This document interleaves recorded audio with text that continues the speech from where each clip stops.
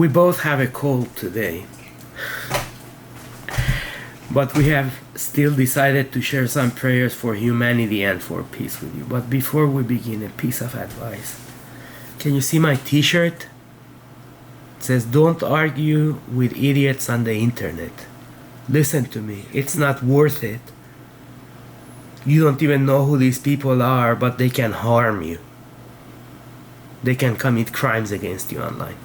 So don't talk to idiots. And now, a prayer in Farsi for humanity. والا ای یزدان مهربان، جمیع بشر را از یک سلاله خلق فرمودی تا اعضای یک خاندان گردند و بندگان حضرت تو شوند. در ظل سرادق فضلت مأوا بخشیدی و بر خوان نعمتت مجتمع کردی و از اشراقات انوار عنایتت منور ساختی. ای خدا، توی مهربان، توی ملجأ و پناه و بخشنده فیض حیات.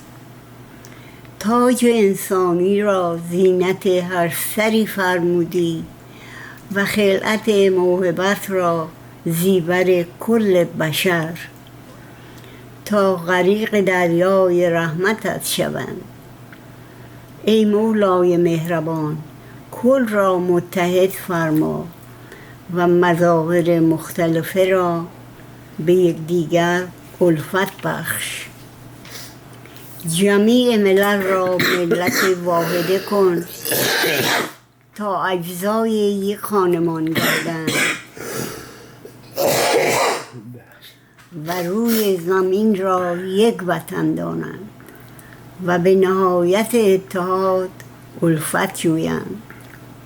ای خدا، رایت وحدت عالم انسانی را بلند فرما و صلح اعظم را مستقر کن. قلوب را به یکدیگر التیام ده. ای خدا، ای پدر مهربان، قلوبمان را از نفحات محبت شادمان کن و دیده ها را به نور هدایتت روشن نما و گوش ها را از نغمات جان پرور متلذذ فرما و در صون عنایت ملجأ و پناه بخش.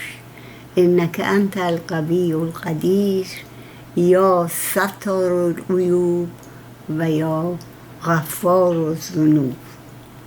Merci, Aiza. Shut your eyes to estrangement. Then fix your gaze upon unity. Cleave tenaciously unto that which will lead to the well-being and tranquility of all mankind. This span of earth is but one homeland and one habitation. It behooveth you to abandon vainglory which causeth alienation, and to set your hearts on whatever will ensure harmony. And this is a beautiful Jewish prayer that I found. This is a book with the scriptures of all the faiths in the world. This one is about unity.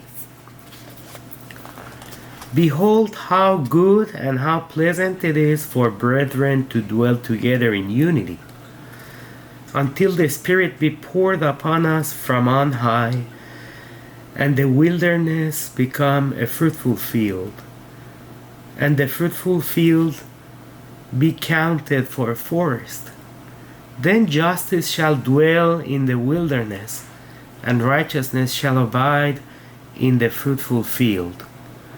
And the works of righteousness shall be peace, and the effect of righteousness, quietness and confidence forever.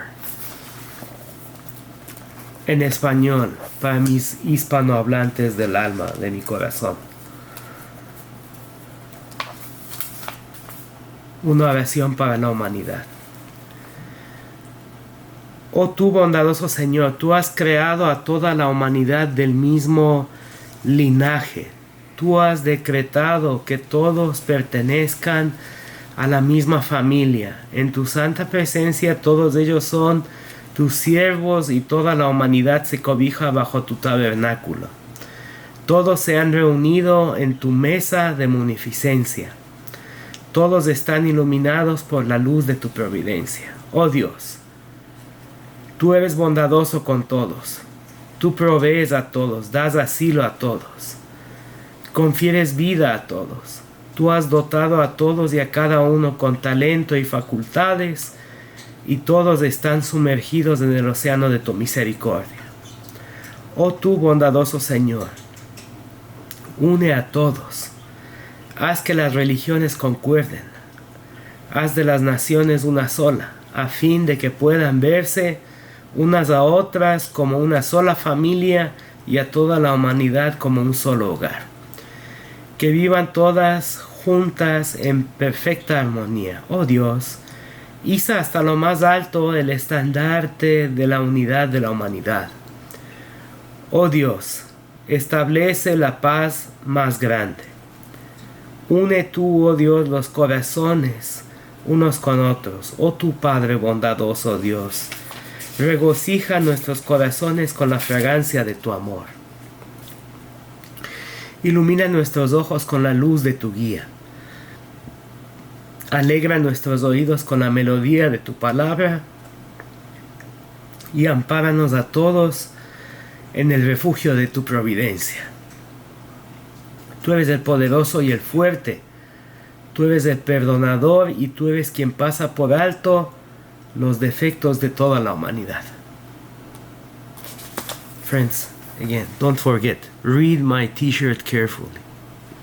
Don't argue with idiots on the internet. Especially with everything that is going on. Just don't. Spare yourself. Thank you. We love you. Pray for us to get over this cold. But it's okay.